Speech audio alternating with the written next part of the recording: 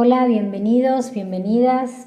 En esta segunda y última parte de la sesión 2 vamos a trabajar con varios autores que han tratado de realizar revisiones críticas hacia la teoría clásica weberiana sobre la administración pública y que nos aportan en tanto la vislumbran como espacio y actor de la disputa política. Esto es clave para capturar una segunda complejidad que debieron afrontar las experiencias gubernamentales progresistas en la región. Complejidad vinculada al poder de la propia burocracia y su capacidad para influir en el proceso de política pública, modificando sus objetivos, sus desarrollos, impactos y hasta su orientación normativa. Esto supone romper con la idea de la burocracia, como venimos diciendo, como un actor unitario y homogéneo y con una racionalidad única. Además, supone reconocer la heterogeneidad y desigualdad de sus diferentes agencias y reparticiones. Esto no solo se debe a las características de su dinámica interna, sino fundamentalmente a las relaciones entre el entramado burocrático y la estructura y el conflicto social circundantes. Finalmente, es indispensable admitir que ese complejo aparato tiene márgenes de poder diferenciales para influir en cada momento del proceso de la política pública, en la construcción del problema que da lugar a la política pública, en el diseño o elaboración de la misma, en su implementación o evaluación. Las revisiones que presentaremos en esta sesión, por tanto, reconocen el poder y la autonomía burocrática, sus márgenes de acción, y más allá de aquellos márgenes que detentan los políticos de turno desde sus cargos.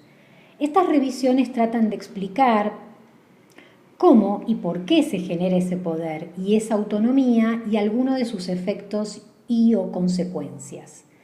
Así, como veremos, volverán a aparecer las explicaciones intraburocráticas en donde el contexto, si bien aparece, lo hace como una fuente de incertidumbre que refuerza el afán de supervivencia interna de las agencias y sus agentes burocráticos. Mientras tanto, en otras perspectivas, se buscará explicar el poder y la autonomía burocrática desde fundamentos más estructurales que ponen el eje interpretativo en el contexto histórico y social, en el conflicto social, en la estructura social de desigualdad que caracteriza a cada una de nuestras sociedades. Muy bien, la primera perspectiva es la propuesta de Brown y Erie, que plantean un análisis sobre el poder y la autonomía burocrática. Para Brown y Erie, la burocracia es algo más que un instrumento, es más que una herramienta eficiente y eficaz para el logro de objetivos sociales y económicos. El poder es la verdadera salvia de la administración, sostienen estos autores, y nos instan a reconocer el poder y la autonomía burocrática y empezar a estudiarlos. Para ello proponen dos modelos teóricos para comprender justamente el poder y la autonomía burocrática. El primer modelo, que le denominan modelo de desplazamiento de objetivos, plantean que en este modelo hay una interpretación de la expansión del poder burocrático a la que se alude a cómo las organizaciones manejan sus dependencias contextuales para obtener recursos, a fin de sobrevivir en un contexto político considerado incierto y hostil. El contexto es visto justamente como una fuente de incertidumbre. El problema de este modelo es que omite toda consideración de los cambios históricos salientes en la estructura y funcionamiento de las organizaciones públicas y en el contexto económico y social más amplio en el que tiene lugar la acción organizacional. El segundo modelo, denominado modelo de conflicto social, plantea que lo característico de las organizaciones burocráticas es que funcionan en medio de conflictos socioeconómicos profundamente enraizados, siendo la creación y el funcionamiento de las organizaciones burocráticas una respuesta a tales conflictos. El crecimiento entonces del poder burocrático puede depender más del carácter y resultado del conflicto social que de las estrategias empleadas por los administradores, por los burócratas para asegurar la supervivencia institucional. La segunda perspectiva que vamos a analizar en detalle corresponde a la de Rudolf y Rudolf. Estos autores van a partir de una importante afirmación. Una afirmación que alude a Weber. Sostienen que los conceptos de Weber sobre la burocracia, no obstante la crítica y la revisión sustantiva que de ellos existe, continúan siendo hoy día el paradigma principal para el estudio de la administración y de las organizaciones formales. Por ello, los autores continúan el proceso de revisión aceptando los conceptos típicos ideales sobre la administración burocrática y patrimonial weberiana, pero bajo el propósito de someterlos a una reinterpretación y a una aplicación teórica histórica. La premisa de Weber, sostienen los autores, de que la burocracia habría de triunfar históricamente debido a que era más eficiente y poderosa que la administración patrimonial y más permanente que el liderazgo carismático, condujo a este autor alemán a presentar el cambio histórico como un proceso evolutivo de adaptación, el cual era inevitable, era accesible a la comprensión humana, pero era como una suerte de fin universal inexorable. La conceptualización de Weber sobre la burocracia en términos de autoridad racional legal y de racionalidad formal, lamentablemente no tomó en cuenta la existencia y el uso del poder dentro y fuera de las organizaciones, así como la persistencia de rasgos patrimoniales. Empero, dicen los autores, si bien el empleo del poder produce conflictos e inconvenientes, cuando estos están al servicio del interés general, pueden incluso tener consecuencias positivas. La persistencia de rasgos patrimoniales, por tanto, más que anunciar la supervivencia, la sobrevivencia de disfuncionalidades, puede promover la efectividad administrativa al reducir, al mitigar los conflictos y promover la lealtad, la disciplina y la eficiencia administrativa. La tercera perspectiva que vamos a analizar es la de Lina Bukeli y Lipski, que se centran en los estudios empíricos y desde este lugar plantean miradas alternativas de la burocracia. La propuesta de Bukeli y Lipski dan una vuelta de tuerca en los análisis precedentes sobre la burocracia, ya que no se centran en análisis que siguen de alguna manera reproduciendo visiones de arriba hacia abajo, sino que justamente plantean visiones de abajo hacia arriba de la administración pública y también desde este lugar visiones de abajo hacia arriba del proceso de la política pública. Veremos, por tanto, que desde este prisma se revela el papel fundamental de los burócratas cercanos al ciudadano. Esa burocracia de bajo rango, una burocracia de línea, también conocida como la burocracia de ventanilla, que usualmente pasa desapercibida en los análisis, va a ser clave en estas miradas alternativas y con ella va a adquirir primacía el momento de la implementación de la política estatal. Ese que usualmente se pensaba como el momento de simple ejecución automática de la administración pública. Desde este lugar veremos a la implementación de la política pública como un momento de alta productividad política de la acción estatal. Muy bien, ahora que acabamos de hacer un repaso general de estas perspectivas, vamos a adentrarnos con mayor detalle en cada una de ellas. La primera perspectiva, la perspectiva planteada por los autores Brown y Eri, plantean por qué es importante entender el poder burocrático. Para los autores, el poder burocrático es una realidad que se plantea y sostienen que se deben crear modelos analíticos para intentar explicarla.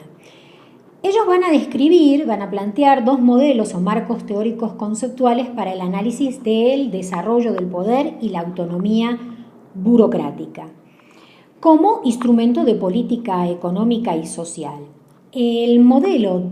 Son dos modelos, el modelo de desplazamiento de objetivos y el modelo de conflicto social. Pero previo a la descripción de estos dos modelos, los autores van a identificar tres elementos comunes que fundamentan dicho poder y autonomía y que permiten distinguir los dos modelos explicativos. El primer elemento conceptual es el de recursos de poder. Los autores sostienen que el poder burocrático involucra la adquisición de recursos suficientes para sostener y expandir las actividades organizacionales. Estos recursos se relacionan con la obtención de la autoridad y del dinero. Es decir, los dos recursos de poder son la autoridad y el dinero. Los intentos por minimizar la dependencia respecto de estos dos recursos apoyan la interpretación de la dinámica de las relaciones de poder en las organizaciones burocráticas. El segundo elemento es el de las relaciones de poder. Los autores identifican tres tipos de relaciones de poder: la relación abierta, la relación contextual y la relación estructural. La abierta supone una relación de control unilateral, a través del cual un actor A consigue imponer a un actor B su mandato. La relación de poder contextual fija la capacidad de un actor A para establecer la agenda de acción de B. No ya imponer el mandato, sino fijando la agenda de opciones de acción de B. Finalmente, la relación de poder estructural es una relación de poder que está diseminada en el control de las instituciones que gobiernan las relaciones en un sistema social y en un sistema económico. Como puede deducirse, las dos primeras relaciones de poder son observables, mientras que la última, la relación de poder estructural, es inobservable y merece un análisis de concepción estructural del poder. Bueno, las dos primeras relaciones de poder son características del modelo de desplazamiento de objetivos, mientras que la tercera, la inobservable, se relaciona con el modelo de conflicto social. Finalmente, el tercer elemento es el de fuentes de poder. Los autores sostienen que el poder y la autonomía burocrática puede ser adquirida por las organizaciones públicas a través de decisiones políticas específicas, a través del desarrollo del conocimiento como competencia propia de dichas organizaciones o a través de vínculos que el aparato administrativo desarrolla con grupos de interés y clases sociales. Muy bien, una vez que plantearon estos tres elementos, pasan a describir cada uno de los modelos explicativos del poder y la autonomía burocrática. El modelo de desplazamiento de objetivos, en este modelo, se explica el desarrollo del poder burocrático como una demanda interna generada por la necesidad de sobrevivir de la agencia de la repartición burocrática, manteniendo un equilibrio dinámico entre la organización y su contexto. Para resolver dicha demanda, la organización requiere adquirir autonomía y poder a través de la aplicación de dos tipos de estrategias de certidumbre, como la emisión de disposiciones que protejan la misión institucional de la repartición, o de estrategias de expansión, es decir, de nuevas o más amplias responsabilidades de la organización. Con estas dos estrategias, las organizaciones satisfacen sus intereses, ganan poder y son menos susceptibles al control externo. ¿Cuáles son las limitaciones de este modelo de desplazamiento de objetivos? Bueno, en primer lugar, explica por qué las organizaciones buscan autonomía, pero no explica por qué finalmente la consiguen. El modelo de desplazamiento de objetivos puede explicar por qué las organizaciones públicas buscan, hacen ingentes esfuerzos para tener poder y autonomía, pero solo pueden desarrollar explicaciones casuísticas ad hoc de por qué la consiguen. Como si todo dependiera de la capacidad de los administradores de turno para manejar la constelación de fuerzas, las incertidumbres que se alinean a favor o en contra de una agencia estatal. Y la segunda limitación es que no toman seriamente en cuenta el contexto de la organización. Simplemente es como una fuente de incertidumbre, siempre es definido de una manera ambigua y poco precisa.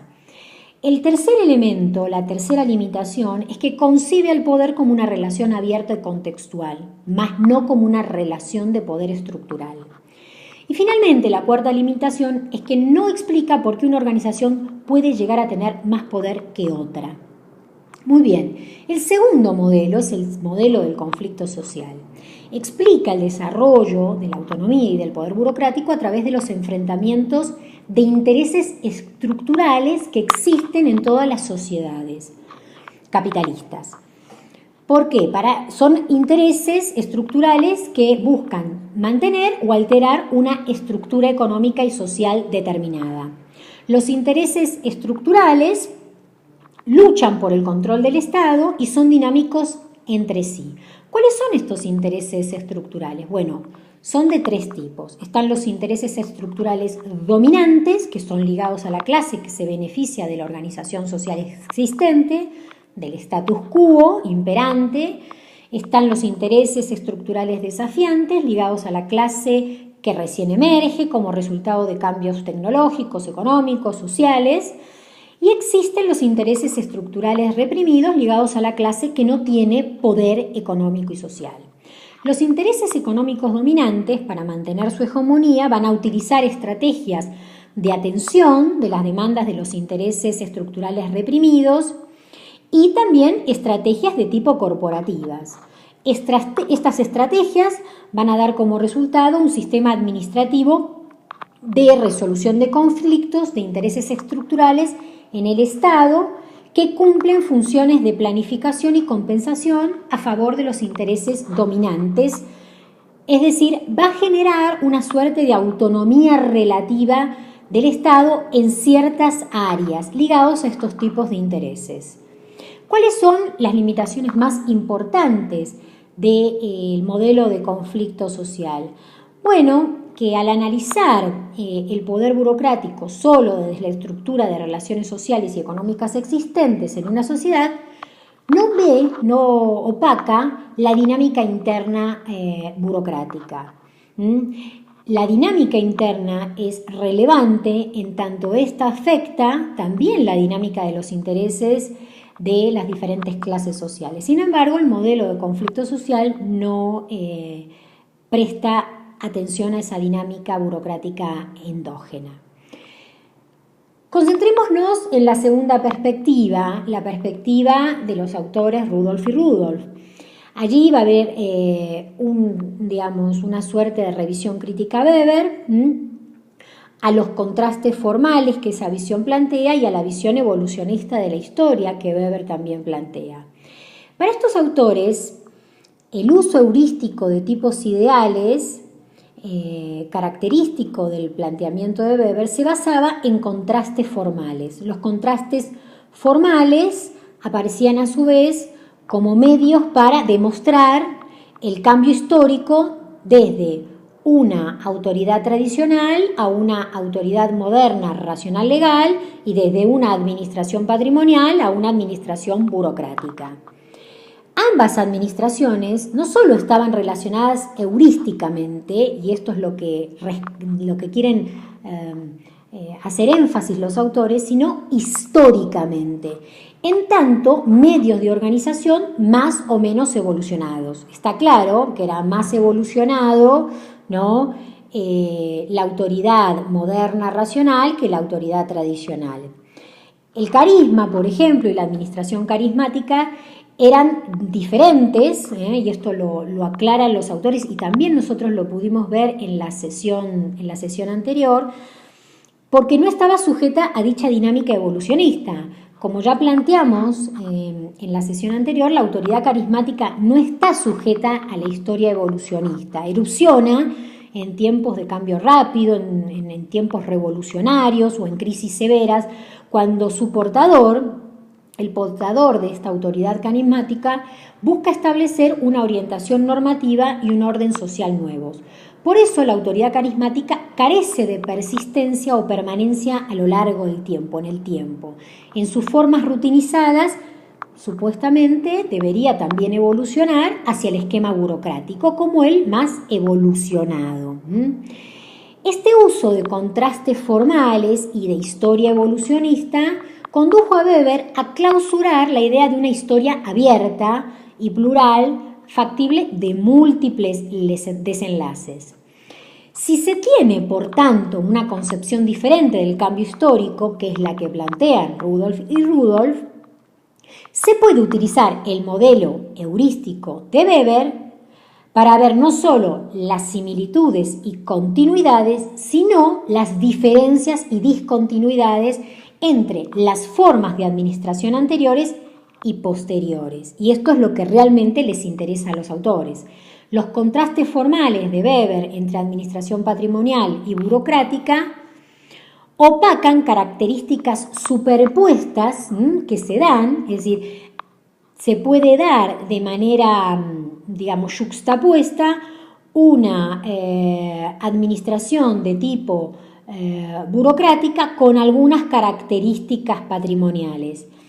Y también el problema es que estos contrastes formales planteados por Weber entre administración patrimonial y burocrática tiende a exagerar capacidades y desempeños. Se puede tener buenos desempeños, efectividad administrativa, incluso en esquemas, en cuadros administrativos donde coexisten elementos burocráticos y elementos patrimoniales. Tanto Weber como los autores, como vamos a ver, van a tratar de centrarse en la efectividad y en la inefectividad administrativa. Weber sostuvo que los rasgos de las burocracias modernas explicaban su superior efectividad y además descifraban el futuro. Identificó la efectividad con la racionalidad formal.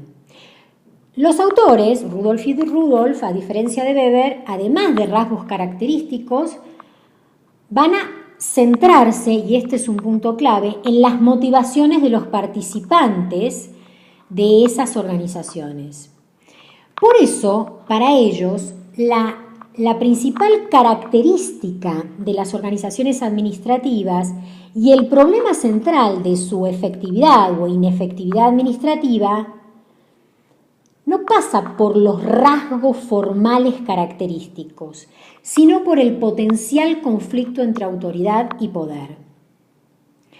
En las estructuras administrativas, la autoridad se basa en la adhesión de los participantes a las expectativas asociadas a sus roles formales.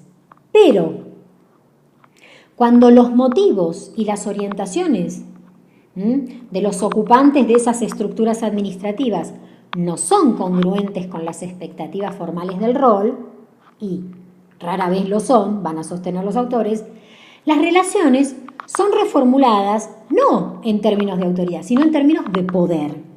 Los individuos, los grupos, las alianzas que funcionan en las estructuras administrativas van a apelar a una variedad de estrategias para promover sus valores, sus intereses y sus objetivos, justamente para tratar de resolver ese conflicto entre autoridad y poder. Weber pensaba que la evolución y el triunfo de la burocracia conduciría inexorablemente a que sus ocupantes devinieran en sus roles, una suerte de deshumanización de la burocracia. Sin embargo, no es lo que sucedió.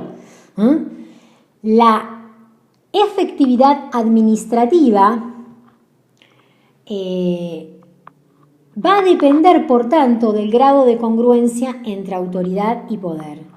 Las estructuras administrativas no son deshumanizadas, sino que son humanas, y por lo tanto van a tener ese conflicto entre autoridad y poder. La racionalidad formal puede contribuir a la eficiencia organizacional, pero llevada a un extremo, esa racionalidad formal puede llevar también a generar alienación y resistencia. ¿Cómo resolver esa alienación y resistencia? Bueno, los autores van a sostener que la persistencia de ciertos elementos patrimoniales en las administraciones burocráticas puede mitigar o a veces eliminar la lucha, el conflicto entre autoridad y poder. Del mismo modo que la presencia de rasgos burocráticos en administraciones patrimoniales puede mejorar su eficiencia y efectividad. Muy bien. La tercera perspectiva que tiene que ver con estas visiones alternativas, pero desde estudios empíricos, es provista por dos textos que sugerimos como lectura. Uno es el texto de Lina Bukeli y el otro es el de Michael Lipsky. Muy bien, centrémonos primero en el de Lina Bukeli. ¿Qué va a sostener esta autora? Bueno, esta autora sostiene que la realidad de la administración pública moderna ha sido interpretada desde una teoría que ha sido dominante en la comunidad académica, jurídica y social. Esa teoría es la teoría clásica weberiana, que describe al Estado como una organización burocrática, racional y unitaria. Sin embargo, afirma la autora, existen otras teorías alternativas que desestabilizan el potencial explicativo de la teoría clásica weberiana, pero lo hacen desde un punto de vista empírico. De esto justamente se encarga este texto de Lina Bukeli. Su capítulo es una suerte de estudio introductorio a la manera de un potente estado del arte sobre un conjunto de revisiones críticas a la teoría clásica weberiana sobre la administración pública. La idea weberiana de la administración pública como unitaria, meritocrática, experta, racional y apolítica, promotora de la estabilidad institucional y del desarrollo económico, se ha popularizado, sostiene la autora, a través de diversos textos en el campo del derecho administrativo, derecho público, como también en el campo de la sociología, de la ciencia política. La existencia de esas teorías alternativas también de alguna manera revela que el modelo weberiano se ha mantenido como una referencia constante. Las ideas weberianas sobre la administración pública se han convertido en una suerte de sentido común para cientistas sociales y sobre todo para abogados especialistas en derecho administrativo, en derecho público. En el campo jurídico, si bien su comunidad no está directamente familiarizada con los escritos de Weber, las características que Weber describió sobre la administración pública se consideran una suerte de supuestos obvios y evidentes. Se han transformado en una suerte de hábito del pensamiento. Sin embargo, ese hábito ha ocultado otras interpretaciones que resultan profundamente conectadas con las realidades empíricas. ¿Cuál ha sido el gran aporte de estas teorías alternativas al paradigma weberiano? Bueno, el gran aporte es que estas teorías alternativas han logrado describir las realidades burocráticas de una manera más potente. Estas teorías alternativas, en estas descripciones, han minado los supuestos weberianos en varios sentidos. En primer lugar, han cuestionado la existencia del interés general como algo materializable por medio de la acción burocrática. Esto es porque conciben a la acción pública como el movimiento de intereses selectivos, privados, muy potentes, ¿sí? Y no solo intereses que están en los cargos políticos, sino también en las burocracias. La administración pública, la segunda manera en la que minan los supuestos weberianos es que la administración pública genera una ficción de racionalidad que nos hace creer que la autoridad funciona a través de procesos y rituales que garantizan su eficacia y la tecnocracia de sus decisiones, cuando en realidad esas decisiones son arbitrarias y usan la fachada del proceso y la especialización como un mecanismo de mímica y ocultamiento. En tercer lugar, estas teorías ponen en jaque el supuesto de la centralización del ejercicio de la dominación racional legal. Se cuestiona cómo la administración pública transmite decisiones de forma inalterable por medio de cadenas de autoridad burocrática. Específicamente, en el repaso que hace Lina Bukeli, va también a pasar revista de los aportes del texto de Michael Lipsky, básicamente su texto sobre la burocracia cercana al ciudadano. Lina Bukeli va a plantear que la visión de Lipsky va a sostener que la acción pública, como una acción previsible sometida a la validez del estatuto, es una visión irreal. Las normas no guían la acción burocrática porque en general los códigos son demasiado largos, extensos, complejos para ser aplicados en todos los casos. Existe, por tanto, un margen amplio para el activismo burocrático, en el que los burócratas toman decisiones discrecionales, subjetivas y políticas.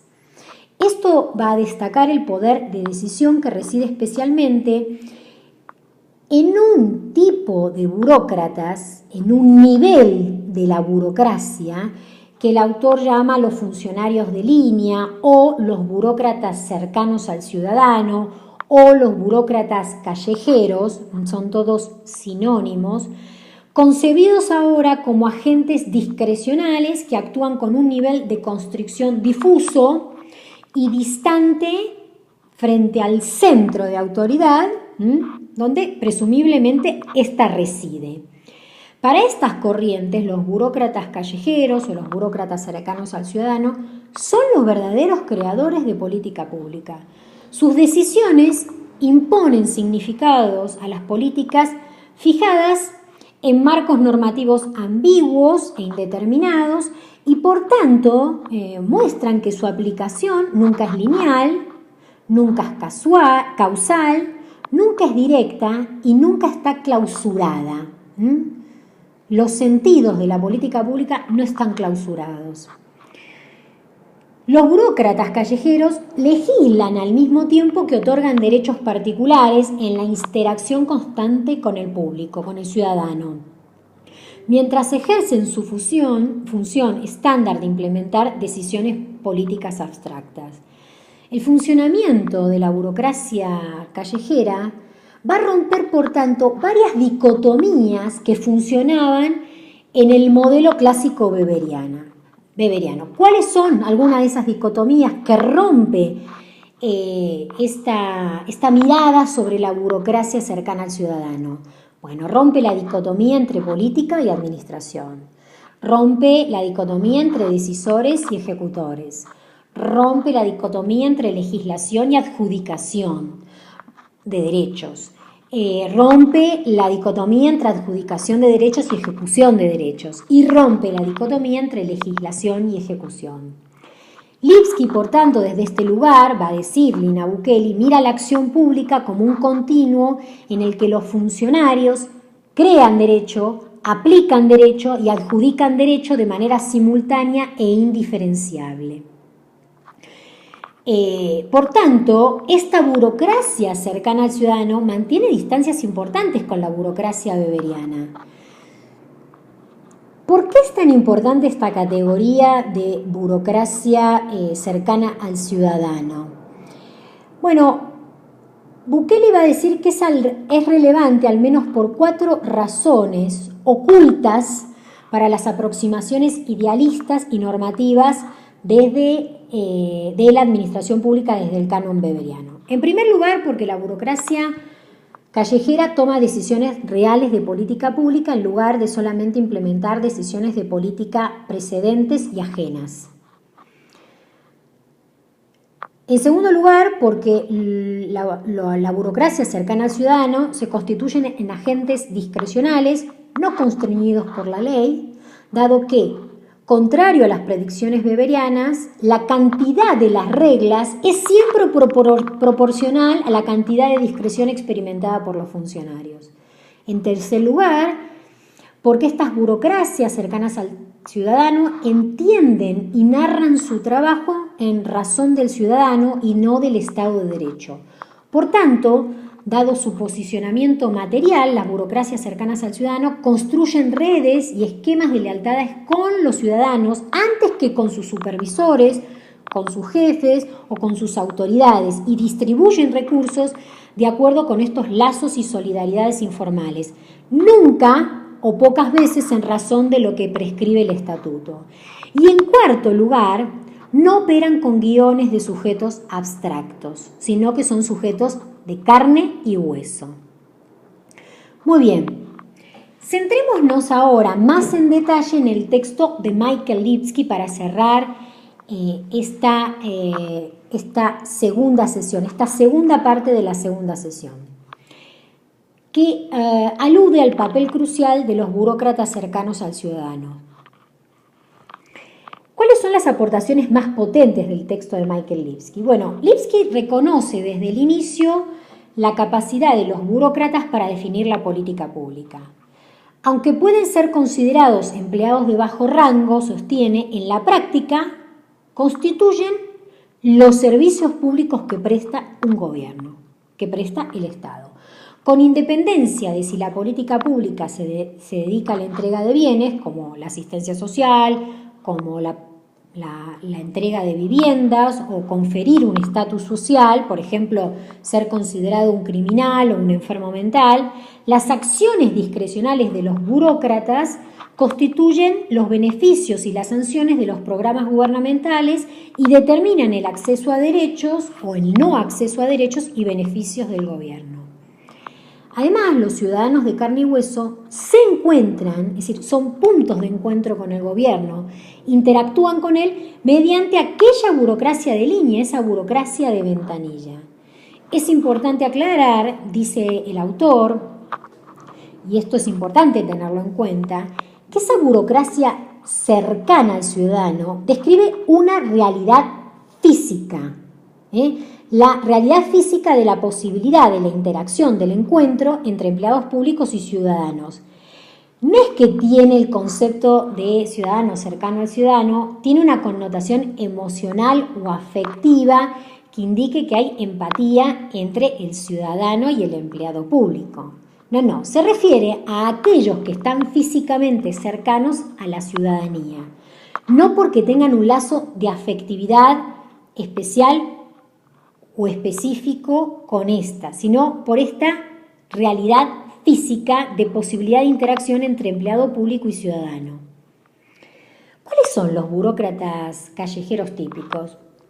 Bueno, son los maestros, son los profesores, son los oficiales de policía, es el personal dedicado al cumplimiento de la ley, son los trabajadores sociales, los asistentes sociales, son jueces, son abogados al servicio del Estado, son diversos burócratas del sistema judicial que se encuentran con el ciudadano en la provisión de servicios o de bienes públicos, son los trabajadores del sector sanitario, son los empleados que conceden el acceso o restringen el acceso a programas estatales y proporcionan servicios en ese marco. Ahora bien, estas personas que integran esta burocracia cercana al ciudadano, a pesar de la diversidad inicial que podemos observar, tienen muchas cosas en común porque experimentan condiciones laborales que son parecidas desde un punto de vista analítico. Y aclara desde un punto de vista analítico. Y esta aclaración es de vital importancia. ¿Por qué es analítico este hallazgo? Los parecidos, lo que tienen en común los burócratas callejeros, no se concentra en las funciones nominales del cargo, sino que se concentra en las características de las situaciones laborales particulares que viven. En consecuencia, no todo burócrata cercano al ciudadano trabaja para una burocracia cercana al ciudadano. Por ejemplo, un especialista en reubicaciones puede trabajar en un organismo, en una agencia o en una repartición estatal de renovación urbana cuyos empleados, en su gran mayoría, no son burócratas cercanos al ciudadano, son planificadores, son constructores o son técnicos. Sin embargo, él puede cumplir una función fáctica y real de burócrata cercano al ciudadano. En sentido contrario o en sentido inverso, no todos los empleados de las burocracias cercanas al ciudadano cumplen funciones de burócrata cercano al ciudadano. Por ejemplo, una persona dedicada a un archivo o al inventario de un organismo de asistencia social o de una dependencia policial están dedicados a tareas rutinarias y lejanas al contacto ciudadano. Algunas cuestiones son claves y suelen pasar desapercibidos en los análisis sobre las burocracias, y es estas cuestiones sobre las que quiere llamar la atención Michael Lipsky. Las formas en las que los burócratas cercanos al ciudadano entregan beneficios y sanciones estructuran y delimitan las vidas y las oportunidades de la gente. Por ello, sostiene que toda extensión de los beneficios obtenidos mediante los servicios públicos se acompaña de una paralela extensión de la influencia y el control del Estado en la vida de la gente. También pasa desapercibido que el tamaño de los presupuestos públicos se suele plasmar casi automáticamente en preocupaciones sobre el ámbito de acción y el contenido de esos servicios públicos brindados por los burócratas callejeros, porque la mayor parte de los presupuestos públicos se destina a financiar esas burocracias cercanas al ciudadano. Estas características los vuelve a los burócratas cercanos al ciudadano un actor con gran fuerza colectiva, con capacidad de presión y negociación colectiva. Se convierte en una fuerza con márgenes de autonomía importantes a la hora de resolver condiciones laborales, condiciones que hacen a su estatus y su posición dentro del Estado. A su vez, los burócratas callejeros o los burócratas cercanos al ciudadano son el tema de importantes controversias políticas sobre los servicios públicos, al menos por dos razones importantes. Primero, los debates sobre el ámbito apropiado y el núcleo de los servicios públicos es en esencia el debate sobre el ámbito y función de la acción estatal y sus empleados públicos. Por ejemplo, la extensión, la cobertura, la profundidad de las prestaciones del Estado. En segundo lugar, los burócratas cercanos al ciudadano tienen, como venimos diciendo, una influencia considerable en la vida de la agencia. Y esa influencia puede ser de diverso tipo, porque socializan las expectativas que los ciudadanos pueden tener con relación a los servicios públicos y cuál es realmente el papel que tiene la ciudadanía en el país, en una comunidad política llamada país.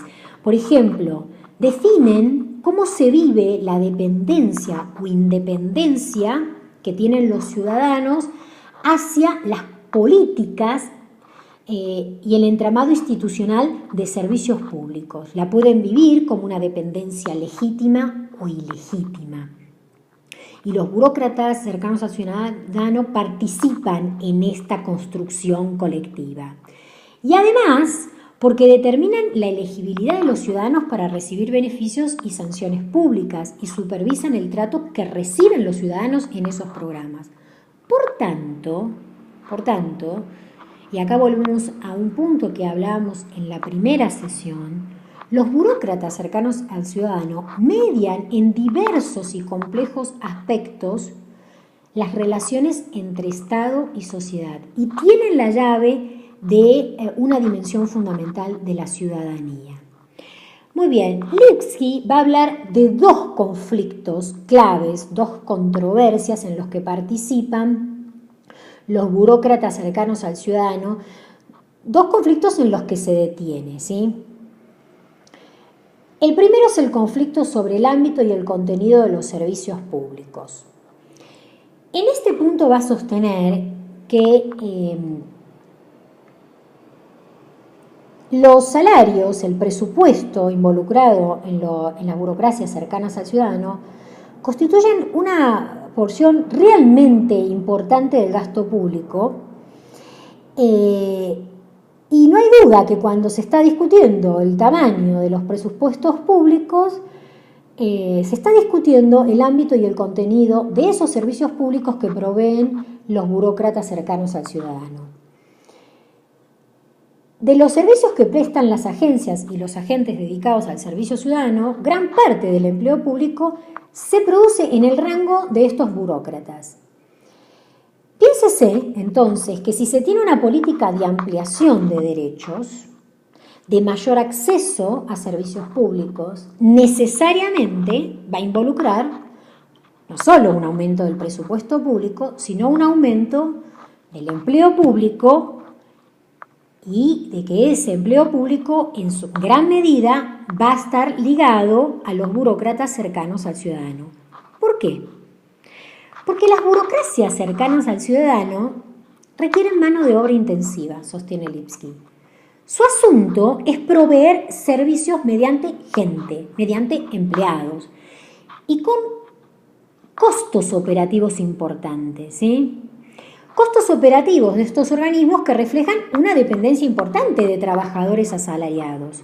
Gran parte de lo que los gobiernos dedican a educación, a salud, a asistencia social, a seguridad pública y a justicia, justamente se dedica al pago de este rango de burócratas cercanos al ciudadano. No solo los salarios de los burócratas cercanos al ciudadano constituyen gran parte del costo de los servicios públicos, sino que también el ámbito de dichos servicios que emplean a burócratas cercanos al ciudadano ha crecido a lo largo de la historia. Y esto ha sido clave en las experiencias progresistas de gobierno de la región.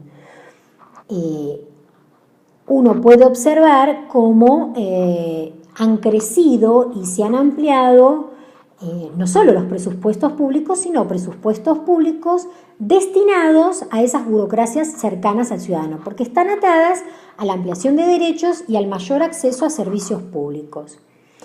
Y esto también está ligado a que justamente en estas experiencias progresistas, cuestiones que antes, durante la etapa neoliberal, estaban en el ámbito, correspondían al ámbito de responsabilidad de las familias, de ONGs, de fundaciones privadas, del mercado, de comunidades cercanas, pasaron a ser asumidas como asuntos públicos y como derechos que debían ser garantizados por el Estado. Dentro de este tema ligado al conflicto sobre el ámbito y el contenido de los servicios públicos, Lipski va a sostener que otro tema clave que se vincula con la relación Estado y sociedad es que cuanto más vulnerables, pobres y excluidas son las personas, mayor será la influencia que tienen los burócratas cercanos al ciudadano sobre ellas. Por eso es clave pensar en las experiencias que quisieron trocar el paradigma neoliberal, qué clase de burócratas cercanos al ciudadano se propusieron conformar en esa extensión de derechos de servicios públicos ligados a derechos, o si esto no fue, por ejemplo, un tema que se incorporó dentro de las agendas gubernamentales. Estos trabajadores, estos burócratas cercanos al ciudadano, están situados en un lugar y en una posición en el que son parte del problema público, de la pobreza, de la desigualdad y del ser considerado pobre. Su enorme capacidad de definir quiénes reciben y quiénes no reciben la ayuda estatal es determinante. Los burócratas cercanos al ciudadano pueden tener posiciones, pueden tener orientaciones, pueden tener concepciones contrarias a la política pública que están implementando. Y pueden tener posiciones contrarias, revelando que el accionar estatal es contradictorio. La acción del Estado puede vivirse, por lo tanto, a través de la acción de estos burócratas, puede vivirse como una situación de progreso social o como una dependencia ilegítima. En estas experiencias interviene el accionar del burócrata cercano al ciudadano. A su vez, va a sostener Lipski que estos burócratas cercanos al ciudadano son parte del esfuerzo redistributivo de justicia que pueden llevar a cabo los gobiernos. Incluso, algunos autores sostienen que es un mecanismo para reducir las desigualdades, un mecanismo menos perturbador que una política directa, por ejemplo, de transferencia de recursos de sectores pudientes a sectores desposeídos. Por ejemplo, esa política de transferencia puede ser creando empleos en la burocracia cercana al ciudadano y proveyendo más y servicios públicos, que es algo completamente diferente a, por ejemplo, a la política de crear un sistema impositivo radical de gravamen a la renta a los sectores más pudientes. A su vez, este conflicto sobre el ámbito y los contenidos de los servicios públicos se puede ver en tantas situaciones en las que el accionar de estos burócratas cercanos al ciudadano, cuando plantean una demanda corporativa, pueden verse apoyados en sus pretensiones por el temor general a la reducción de los servicios que prestan. Piénsese, por ejemplo, en temas de seguridad pública o de servicios de saneamiento, como por ejemplo la recolección de la basura. ¿Qué pasa si esos servicios dejan de prestarse? Son respaldados también por aquellos que reciben los beneficios, aunque es también importante que el sujeto social que está detrás de estas prestaciones no necesariamente siempre tiene gran capacidad de organización, presión y negociación. Son servicios ciudadanos los que se prestan y el ciudadano como sujeto de acción colectiva puede tener algunas restricciones para la acción colectiva. El crecimiento del sector de servicios públicos es una muestra también del alcance más profundo del Estado social o de los estados de bienestar. Este sector penetra todas las áreas de las necesidades humanas, como las reconocemos y definimos, y crece con cada nueva área que se reconoce. Para Lipski es importante, por lo tanto, centrarnos en esta burocracia cercana al ciudadano, sobre todo cuando desde posiciones liberales o neoliberales se habla de crisis fiscal del Estado. En general, no se va a intentar criticar los servicios o la responsabilidad pública, sino que se va a hacer una crítica al Estado de una manera indirecta, por ejemplo, argumentando que el aumento de los empleos públicos, su peso salarial, ¿no?, amenazan la prosperidad del orden público.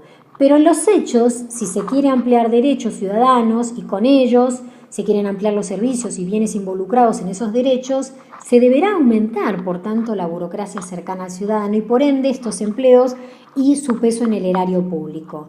La sociedad, que asume como asuntos colectivos nuevos temas, va necesariamente a ampliar los costos y va a colectivizarlos.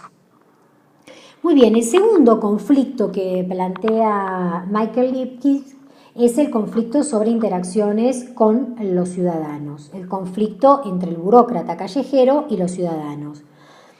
Venimos argumentando que los burócratas cercanos al ciudadano generan diversas controversias debido a que ellos participan en el proceso de política pública.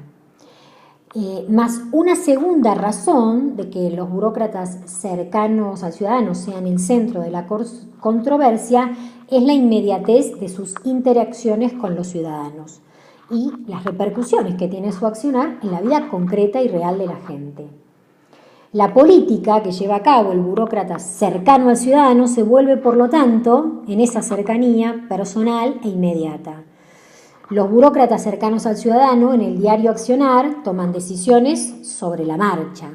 Sus decisiones tienen un carácter redistribuidor, reparten justicia y muchas veces tienen un carácter definitorio.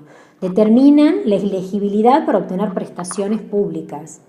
Estas decisiones van a afectar la vida de la gente, afectan sus oportunidades y afectan la autopercepción de aquellos que se vinculan con el Estado. Un aspecto que define también el ámbito laboral, el ambiente laboral de los burócratas cercanos al ciudadano, es que deben ocuparse de las reacciones que tienen los destinatarios de las políticas públicas. Decir que la autopercepción de las personas se ve afectada por la acción de los burócratas es decir que la gente reaccione frente a las políticas públicas. Y los ciudadanos pueden responder de diversas maneras. Pueden responder con enojo porque lo consideran una injusticia el accionar del burócrata cercano al ciudadano. Pueden también desarrollar estrategias para congraciarse con los trabajadores del Estado o pueden integrar relaciones de tipo clientelar con estos. Pueden también tener una actitud pasiva y paciente. La realidad del trabajo de los burócratas cercanos al ciudadano está, por tanto, muy lejos del ideal weberiano del desapego impersonal a la hora de trabajar. Tampoco hacen simplemente lo que el cargo establece en los estatutos normativamente. Ellos toman infinidad de posiciones y de decisiones. También en las burocracias cercanas al ciudadano, el objeto de las decisiones, la ciudadanía, cambia en la práctica como resultado de esas decisiones, porque ahí hay una interacción que co-constituye a estos dos actores. Estas burocracias cercanas al ciudadano son, por tanto, el núcleo central, va a sostener Lipski, del conflicto social en las sociedades modernas, porque en ellas recae la prestación directa de los servicios públicos que integran las políticas estatales. Los conflictos más virulentos, y esto lo podemos ver día a día, va a sostener Lipski, se van a dar justo en torno a las escuelas, a los hospitales, a los destacamentos de policía, a las comisarías, a las instituciones de justicia, a las instituciones de asistencia social. Porque es ahí donde los ciudadanos perciben que se decide en última instancia, de manera definitoria, los beneficios y sanciones públicas. Son, por tanto, esos espacios y esos burócratas el blanco de las protestas. Además, si bien las personas pueden experimentar como individuos esas burocracias, las escuelas, comisarías, clínicas, centros de atención, son lugares en que la política pública sobre los individuos se organiza de manera colectiva. Es decir, se puede experimentar como individuos, pero en donde hay una interacción que permite una organización colectiva. Estas estructuras administrativas les indican a los ciudadanos la posibilidad de tener incidencia en ellas, y que esa incidencia influenciará la calidad del tipo de trato que tengan con el Estado. Esto tiene efectos en cómo pensar la acción colectiva de esos que reciben la acción del Estado en torno a esas burocracias y en torno a esos burócratas. Finalmente, los burócratas cercanos al ciudadano tienen también un papel clave a la hora de regular el grado del conflicto social existente, debido a que una parte de su labor es ser agentes del control social. Los ciudadanos que reciben beneficios públicos interactúan con burócratas que van a exigir ciertos comportamientos de los ciudadanos. Por lo tanto, los ciudadanos deben anticiparse a las exigencias de los burócratas y los solicitantes de la ayuda estatal deben tener conductas apropiadas tanto hacia a los servicios y bienes que reciben del Estado como hacia esos burócratas cercanos al ciudadano. Esto implica empezar a pensar de manera crítica el lugar real de estos burócratas y de estos trabajadores de los servicios públicos. Y revelan de alguna manera estos burócratas cercanos al ciudadano el papel dual y contradictorio del Estado moderno capitalista. Son, por un lado, los niveles más altos del estado de bienestar y al mismo tiempo la extensión más profunda del control social. Bueno, esperando que esta sesión haya ayudado a hacer una lectura crítica de los textos sugeridos, los invitamos a continuar la discusión en la sesión número 3.